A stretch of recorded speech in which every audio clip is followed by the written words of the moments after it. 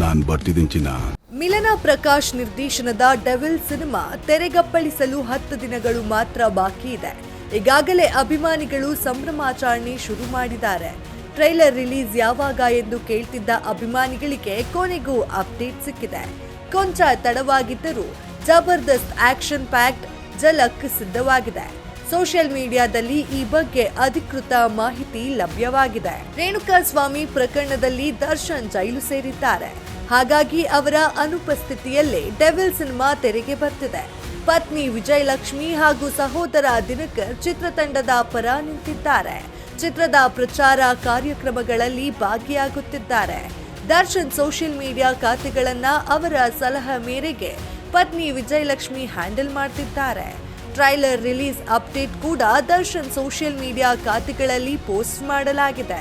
December 5 ಅಂದರೆ ಇದೇ ಶುಕ್ರವಾರ ಬೆಳಗ್ಗೆ 10 ಗಂಟೆ 5 ನಿಮಿಷಕ್ಕೆ ಡೆವಿಲ್ ಚಿತ್ರದ ಟ್ರೈಲರ್ ರಿಲೀಸ್ ಆಗಲಿದೆ.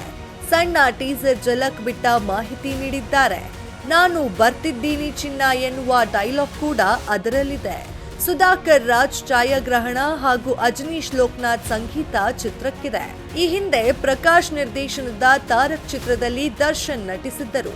ಬಳಿಕ ಪ್ರಕಾಶ್ ಯಾವುದೇ ಸಿನಿಮಾ ಕಟ್ಟಿಕೊಟ್ಟಿರಲಿಲ್ಲ. ಬಹಳ ವರ್ಷಗಳ ಬಳಿಕ ಮತ್ತೆ ದರ್ಶನ್ ಜೊತೆ ಕೈ ಜೋಡಿಸಿದ್ದರು. 2 ವರ್ಷಗಳ ಹಿಂದೆ ಸಿನಿಮಾ ಸೆಟ್ಟೇರಿತ್ತು.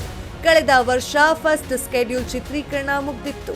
ಕೈಗೆ ಪೆಟ್ಟಾಗಿ ದರ್ಶನ್ ಶಸ್ತ್ರಚಿಕಿತ್ಸೆ ಮಾಡಿಸಿಕೊಂಡು ಚುನಾವಣೆ ಪ್ರಚಾರ ಮುಗಿಸಿ ಬರುವಷ್ಟರಲ್ಲಿ ರೇಣುಕಾಸ್ವಾಮಿ ಪ್ರಕರಣ ಬೆಳಕಿಗೆ ಬಂದು ಚಿತ್ರೀಕರಣ ತಡವಾಯಿತು.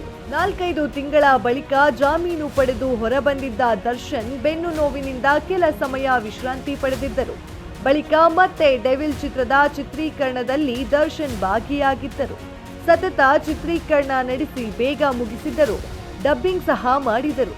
ಸಿನಿಮಾ ರಿಲೀಸ್ ಡೇಟ್ ಘೋಷಣೆ ಆಗುವ ವೇಳೆಗೆ ಸುಪ್ರೀಂ ಕೋರ್ಟ್ನಲ್ಲಿ ಜಾಮೀನು ರದ್ದಾಗಿ ದರ್ಶನ್ ಮತ್ತೆ ಜೈಲು ಸೇರುವಂತಾಯಿತು. ಇದೀಗ ಟ್ರೈಲರ್ ಬಿಡುಗಡೆ ಹಾಗೂ ನಾನು ಬರ್ತಿದ್ದೀನಿ ಚಿನ್ನ ಅನ್ನುವ ಒಂದು ದರ್ಶನ್ ಅವರ ಡೈಲಾಗ್ ಅಭಿಮಾನಿಗಳಿಗೆ ಸಂತಸ ಮೂಡಿಸಿದೆ. ಮತ್ತಷ್ಟು ಸಿನಿಮಾ ಅಪ್ಡೇಟ್ಸ್ಗಾಗಿ ಫಾಲೋ ಮಾಡಿ ಫಿಲ್ಮಿ ಬೀಟ್ ಕನ್ನಡ.